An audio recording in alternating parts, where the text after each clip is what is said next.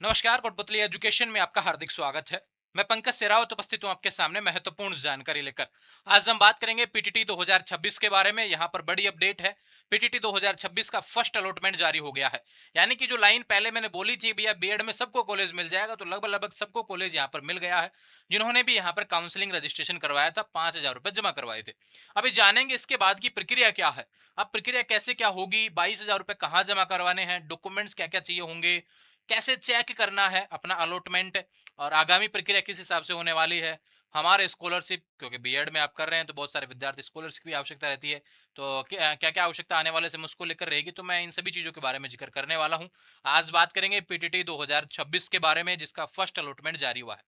चलिए चलते हैं सीधे अपने नोटिस की तरफ। फर्स्ट अलॉटमेंट जारी हो गया है। देखो भैया, जिसने भी 5,000 रुपए की रसीद कटवाई थी ना, ध्यान रखो, और कॉलेज फिल किया था।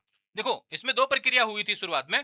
पहले 5,000 रुपए का रसीद कटी, ऑनलाइन आपने ट्रांजैक्शन किया होगा, और उसके बाद में कॉलेज फिल आपने किए थे, तो उसके अकॉर्डिंग आपको यहाँ पर कॉलेज अलॉट हुआ है। अब हो सकता है किसी को फर्स्ट चॉइस मिला हो, किसी को सेकंड, थर्ड, फोर्थ, उससे भी ज्यादा। ऐसा भी हुआ है क्या?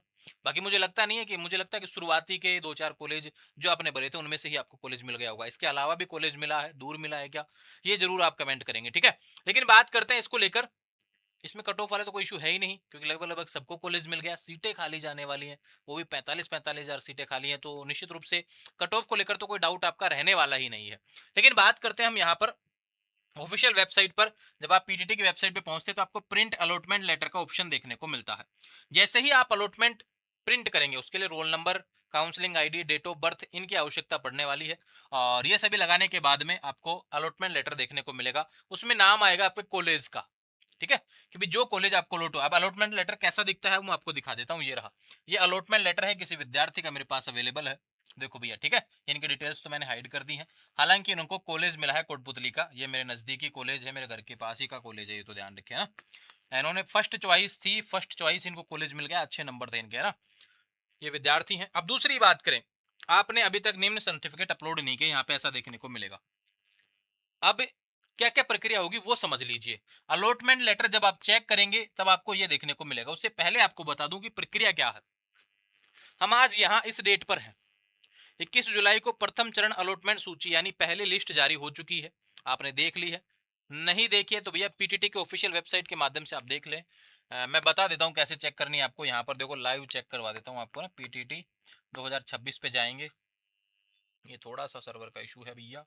आप यहाँ से चेक करेंगे पीटीटी का। पहले पहले जो साइट आएगी उस पर क्लिक करेंगे। उसके बाद में जाएंगे हम 2 ईयर कोर्स, क्योंकि इस बार 2 साल वाले बीएड में ही एडमिशन हुआ। मैंने क्या बोला, प्रिंट अलॉटमेंट लेटर, इस पर क्लिक करो। आपके roll number, counselling ID, date of birth, payment section, इसमें ई मित्र ऑनलाइन जो भी आप सेलेक्ट कर लेना और लॉग इन कर देना, ठीक है। यहाँ तक का फिर आपको देखने को मिलेगा क्या, उसके बाद सीधा आपका यहाँ पे अलॉटमेंट लेटर देखने को मिल जाएगा।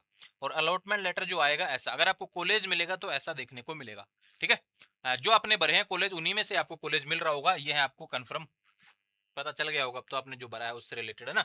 और सूचित किया जाता है कि आपके पीटीटी 2026 अंकों, कैटेगरी, विषय चयन, अन्य के आधार पर आपको निम्नलिखित कॉलेज आवंटन किया गया है, ठीक है।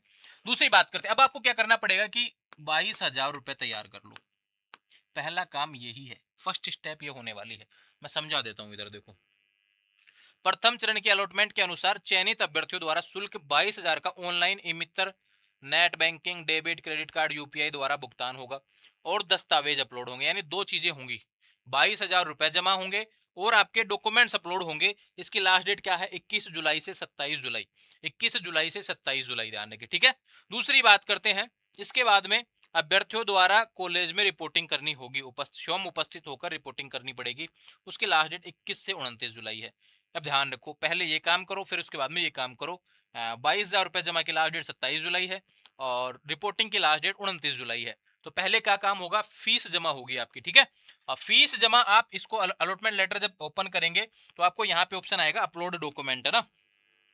ये सभी डॉक्यूमेंट्स आपको लगाने हैं। अब देखो क्या चाहिए होता है भाई, आप ग्रेजुएशन के बाद बीएड कर रहे हैं तो सीधी सी बात है, 10th और 12th की मार्कशीट मेन होने वाली है। इन वन पीडीएफ, एक ही पीडीएफ में आपके 10वीं और 12वीं की मार्कशीट अपलोड करनी है।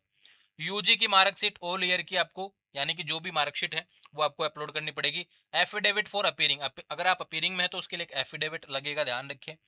और upload handwritten self declaration format in PDF, यानी कि एक यहाँ पे जब ओपन करेंगे तो आपको एक हैंड रिटन देखने को मिलेगा जिसमें आपको लिखा हुआ कि मैं घोषणा करता हूँ कि मेरा जो एडमिशन इन नियमों के तहत हुआ है, अगर कोई गलती पाई जाती है तो मेरा एडमिशन रद्द कर दिया जाएगा, मेरी कानूनी कार्रवाई जो भी हुआ है ना वो उसमें देखने को मिलेगा, वो आपको हैंड रिटन, ठीक है। और उसके बाद में upload latest passport size photo, sample for self declaration certificate format, ये जो सैंपल पे जब क्लिक करेंगे तो आपको सेल्फ डिक्लेरेशन का फॉर्मेट आपको देखने को मिल जाएगा, ठीक है। वो आपको लिखना है खुद का नाम, खुद के राइटिंग में ना, ध्यान रखिए, ठीक है। वो अपलोड करना है ऐसे कैसे खाली पेज पे लिख के, ठीक है भैया, ब्लैंक पेज पे। Upload latest passport size photo, ये सभी डॉक्यूमेंट्स आपके पास में होने चाहिए। ये सभी आपके पास है तो आप आगामी जो प्रक्रिया है इसमें हिस्सा ले पाएंगे। अब जिन्होंने कॉलेज के लिए 5,000 का चालान नहीं कटवाया था ना, वो थोड़ा सा इंतजार करें भैया, आपके लिए दोबारा से सेकंड काउंसलिंग जब शुरू होगी तब आपको हिस्सा लेना होगा। जिसको कॉलेज अलॉट हो गया भैया, वो 22,000 वाली फीस कटवा के और फिर इस प्रक्रिया के तहत हिस्सा लेंगे। समझ में आई बात? ये सारी जानकारी मैंने आपको प्रोवाइड करवा दी है। ये आपके पीटीटी 2026 से रिलेटेड जो जानकारी अभी तक आई है वो सारी मैंने सुविधा आपको यहाँ पर अच्छे तरीके से, आपको अलॉटमेंट लेटर कैसे देखना है वो भी बता दिया, रिपोर्टिंग कैसे करना है उसके बारे में भी बता दिया, क्या क्या डॉक्यूमेंट्स चाहिए वो भी बता दिया, जिस कैटेगरी से आप हैं वो कैटेगरी सर्टिफिकेट भी आपसे यहाँ पे मांग सकता है, ध्यान रखिए, ठीक है। दूसरा बात करते हैं हम यहाँ पर, मुझे नहीं लगता किसी को भी ऐसा इशू आएगा कि उनको कॉलेज अलॉट नहीं हुआ। फिर भी कोई विद्यार्थी ऐसा है क्या, एक बार कमेंट जरूर करना कि देखेंगे उसके कितने नंबर थे, क्या कौन सी कैटेगरी थी, आ, क्या सीन था उसका ना, किस कारण से उनको कॉलेज नहीं मिला, यह भी जानना बहुत जरूरी है ना। क्योंकि एक तरफ तो पीटीटी में इतनी सीटें खाली है। अब देखो भैया, जिसने इस फर्स्ट फेस वाली प्रक्रिया में हिस्सा ही नहीं लिया ना, फर्स्ट काउंसलिंग में, तो वो अगली सेकंड जो काउंसलिंग होगी उसमें 5,000 रुपए का रजिस्ट्रेशन करवा के हिस्सा ले सकेंगे। ऐसे विद्यार्थी जिनको 5,000 उन्होंने दिया, काउंसलिंग करवा दी, कॉलेज भर दिया, लेकिन कॉलेज अलॉट नहीं हुआ, तो उनको दोबारा से 5,000 का कोई भी चालान नहीं कटेगा। समझ में आई बात? ये चीज आपको समझनी होगी। तो ये आपकी पीटीटी 2026 से रिलेटेड जितनी भी जानकारी मैंने आपको प्रोवाइड करवा दी है। दूसरी बात बता दूं, यहाँ पे काफी विद्यार्थी कहते हैं कि हमें कॉलेज बदलना है, हमें जो कॉलेज अलॉट हुआ है वो हमें बदलना है भैया। पहली बात तो मैं बता दूं, अभी तक जो शेड्यूल जारी हो रखा है ना यहाँ पर वेबसाइट पर, उसमें कहीं पे भी अपवार्ड मूवमेंट का जिक्र नहीं है अभी तो, ठीक है। क्योंकि ये चाहते ही नहीं है कि किसी कॉलेज की सीट खाली, हालांकि रहेंगी वो, लेकिन फिर भी ये चाहते हैं कि जिसमें कॉलेज में अलॉट हुआ है वो मिल जाए आपको। तो अपवार्ड मूवमेंट को लेकर कोई अपडेट अभी है नहीं। अगर अपवार्ड मूवमेंट शुरू भी किया इन्होंने तो भी ये प्रक्रिया तो आपको पूरी करनी ही पड़ेगी, ध्यान रखो, ठीक है। आपको जो कॉलेज अलॉट हुआ है आपको नहीं चाहिए तो ये प्रक्रिया आगे की पूरी मत करो। आपके पैसे जो 5,000 रुपए है भैया, उसमें से थोड़ा सा डिडक्शन होके आपको मिल जाएगा, पेमेंट कट के आ जाएगा। भाई कॉलेज अलॉट नहीं हुआ तो 5,000 में से 4900 रुपए मिल जाएंगे, 4849 रुपए मिल जाएंगे। अगर कॉलेज अलॉट हो गया और आप रिपोर्टिंग नहीं करते हैं तो फिर आपको शायद 4600 रुपए के आसपास वापस आपके अकाउंट में आ जाएंगे। काउंसलिंग का रजिस्ट्रेशन आपने किया था, ये 5,000 रुपए जब जमा करवाए थे तो आपसे बैंक पासबुक भी मांगी गई थी, वो इसलिए मांगी जाती है। समझ में आई बात? कहीं कोई दिक्कत आपको नहीं होनी चाहिए। अब इससे रिलेटेड आने वाले समय में ऐसे ही लगातार अपडेट्स आपको देखने को मिलती रहे इसी चैनल पर, इसके लिए चैनल को फॉलो करें। और आपको बताइए कि मैं आपके जो भी सवाल होते हैं, मैंने 1 मिनट का जो एक अपडेट डाल रखा है कि भी 1 मिनट में हम अपने सवालों के जवाब दिया करेंगे, जो भी महत्वपूर्ण सवाल हुआ करेंगे। अगर आपको लगता है कि आपका कोई ऐसा सवाल है जिसका जिक्र इस वीडियो में नहीं किया गया तो बिल्कुल आप यहाँ पर कमेंट कर सकते हैं, आपके सवाल को अगले वीडियो में ले लिया जाएगा। जुड़े रहेंगे चैनल के साथ, चैनल को सब्सक्राइब करें, शेयर करें। और बहुत सारी शुभकामनाएं आपको एग्जाम जो आपने पीटीटी का दिया, अच्छे नंबर प्राप्त किए, कॉलेज अलॉट हुआ, अब इस प्रक्रिया में हिस्सा लेकर अपने एडमिशन कंफर्म कर लीजिए। आने वाले समय के लिए शुभकामनाएं। Thank you.